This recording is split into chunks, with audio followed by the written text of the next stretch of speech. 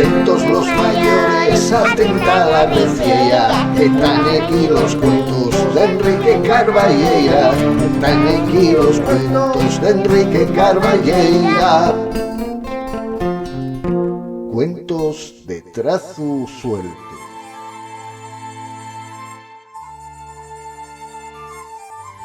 ¿Qué tal? Muy bones, bien llegados a los cuentos de trazo suelto, collacios de los cuentos y les historias. Pues aquí estamos un día más con otra historia que espero vos preste porque volvemos a las aventuras de los mares, de los océanos, de esos isles perdíes, porque el protagonista en este caso ye un pirata, bueno, mejor dicho, ye un bucanero. Así que, bueno, vamos a ver si vos presta la narración y también el dibujo.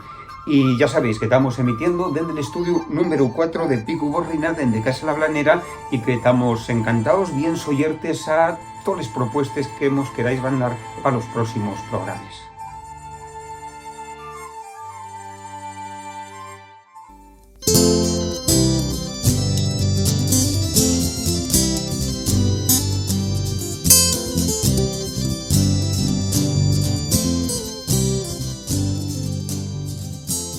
Pelayo yera un bucanero tan medranoso y cobarde que en el chigre de los pirates llamábenlo el bucaneño.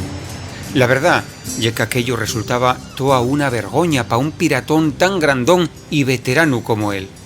Acabara los estudios na escuela de pirates y bucaneros cuando yera nada más qu'un rapacín, pero en xamás lograra perder el mieu a los bichos del mar, especialmente a los centollos.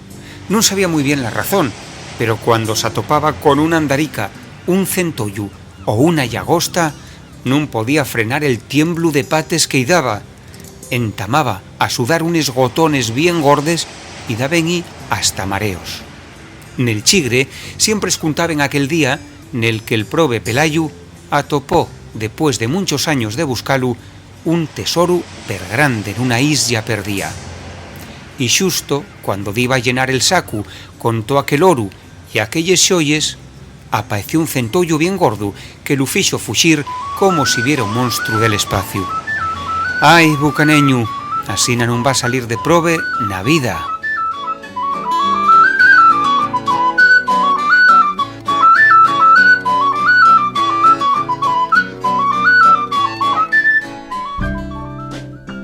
Y colorín colorado, este cuento está finao. Esperamos vos del próximo programa.